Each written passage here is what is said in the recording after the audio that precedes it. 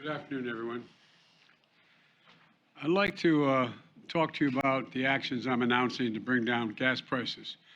First, today I'm calling on Congress to suspend the federal gas tax for the next 90 days through the busy summer season, busy travel season. Here's what that means. Every time you go to the gas station to fill your tank, the federal government charges an 18-cent tax per gallon of gas that you purchase, and a 24-cent tax per gallon of diesel you purchase. It's a tax that's been around for 90 years. It's important because we use it for the Highway Trust Fund to keep our highways going. But what I'm proposing is suspending the federal gas tax without affecting the Highway Trust Fund. And here's how we do that. With the tax revenues up this year and our deficit down over $1.6 trillion this year alone, we'll still be able to fix our highways and bring down prices of gas. We can do both at the same time. By suspending the 18-cent gas tax, federal gas tax, for the next 90 days, we can bring down the price of gas and give families just a little bit of relief. I call on the companies to pass this along, every penny of this 18-cent reduction, to the consumers. There's no time now for profiteering. There are a number of other proposals by Democrats in the House and the Senate, and I hope my call for action can help move those proposals forward as well. But we can also cut gas prices even more in another way. That's why the second action I'm taking is calling on states to either suspend the state gas tax as well or find other ways to deliver some relief. State gas taxes average 30 cents per gallon. Already, some states have acted. In Connecticut and New York, the governors have temporarily suspended their gas tax as well. In Illinois and Colorado, governors delayed theirs to give families a bit more breathing room as well. In Minnesota, Governor Walz proposes using state budget surpluses to give households a rebate that will help them pay for gas at the pump or other essential needs. I'm calling on more states and local governments to take actions like these.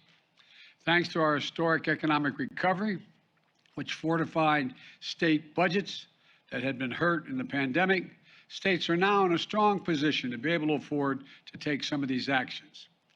Now, I fully understand that a gas tax holiday alone is not going to fix the problem, but it will provide families some immediate relief, just a little bit of breathing room as we continue working to bring down prices for the long haul.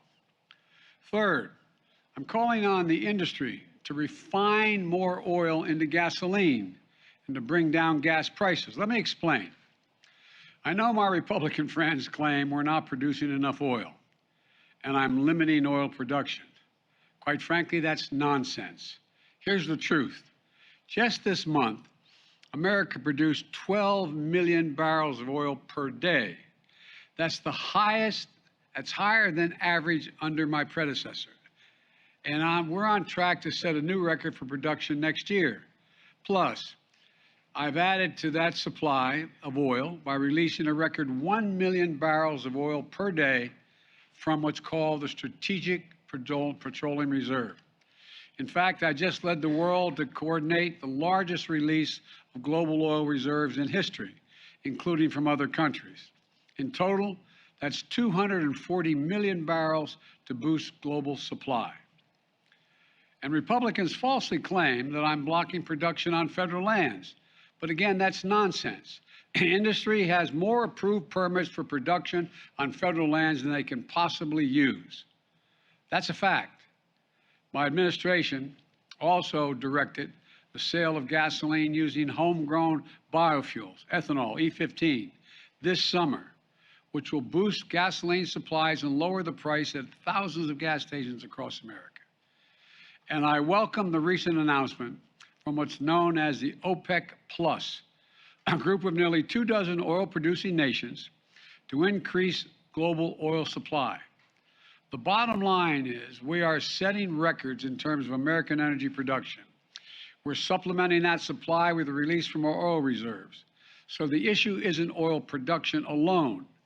The problem is the refining of that oil into gas at the pump. During the pandemic, some oil and gas companies shut down refining facilities. Last week, I sent a letter to the CEOs of the largest oil refining companies asking them to work with my administration to bring refineries back online to get more gas to the pump at lower prices. The Secretary of Energy, Jennifer Granholm, and members of my team will be meeting with many of these refining companies tomorrow. And I hope they'll come up to the table with some real ideas and practical steps in the near term. And I'm prepared to act quickly and decisively on the recommendations if they make sense to address the immediate challenge in front of us and the American people. Finally, when the cost of oil does come down, we need the price at the gas stations that they charge at the pump to come down as well. For example, in the last 2 weeks, the price of oil has fallen by more than $10 a barrel. Normally, this would reduce the cost at the pump about 25 cents a gallon. Yet, so far, gas stations have only reduced prices by a few cents a gallon. Some haven't reduced prices at all. I've heard plenty of explanations from companies and economists about why it normally takes time for these price reductions to reach the consumer. I might note that when the price of a barrel of oil goes up, it doesn't take much time for the price at the pump to go up. So let's be honest with one another. My message is simple. To the companies running gas stations and setting those prices at the pump, this is a time of war, global peril, Ukraine. These are not normal times. Bring down the price you are charging at the pump to reflect the cost you are paying for the product. Do it now. Do it today. Your customers, the American people, they need relief now. So let me summarize.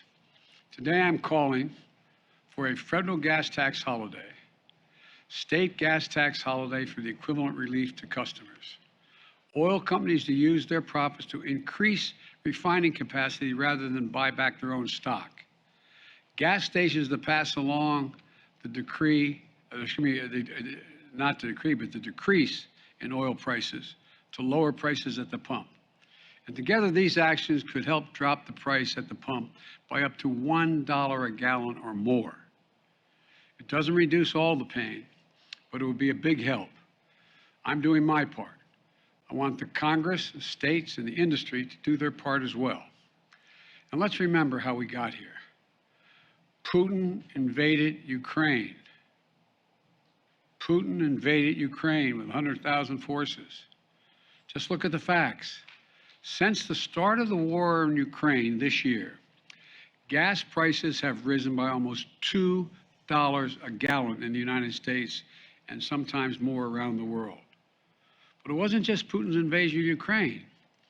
It was the refusal of the United States and the rest of the free world to let Putin get away with something we haven't seen since World War II.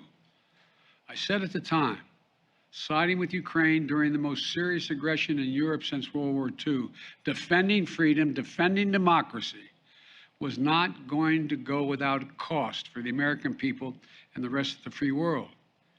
We were going to have to pay a price as well in the cost of military equipment, economic assistance, humanitarian relief, and sanctioned Russian banking industries. Russia is also one of the largest oil producers in the world.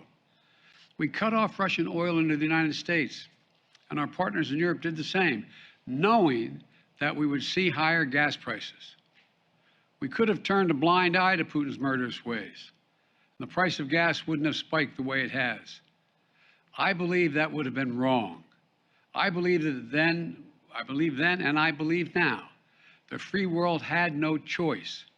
America could not stand by, and the West could not have stood by, although some suggested at the time, and just watch Putin's tanks roll in Ukraine and seize a sovereign country. If we did stand by, Putin wouldn't have stopped. Putin would have kept going, and we'd face an even steeper price. And it wasn't just me. The American people understood. The American people rose to the moment. The American people did what they always have done, defend freedom around the world. They chose to stand with the people of Ukraine. We had near unanimous support in the Congress, Democrats, Republicans, and independents, for supporting Ukraine, knowing full well the cost. So for all those Republicans in Congress criticizing me today for high gas prices in America, are you now saying we were wrong to support Ukraine? Are you saying we were wrong to stand up to Putin? Are you saying that we would rather have lower gas prices in America and Putin's iron fist in Europe? I don't believe that. Look, I get the easy politics of the attack. I get that.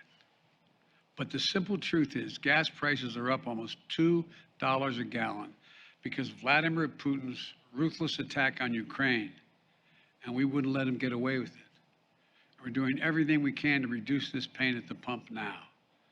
And if those experiences have shown us anything, it's that we need to grow and harness more energy here at home.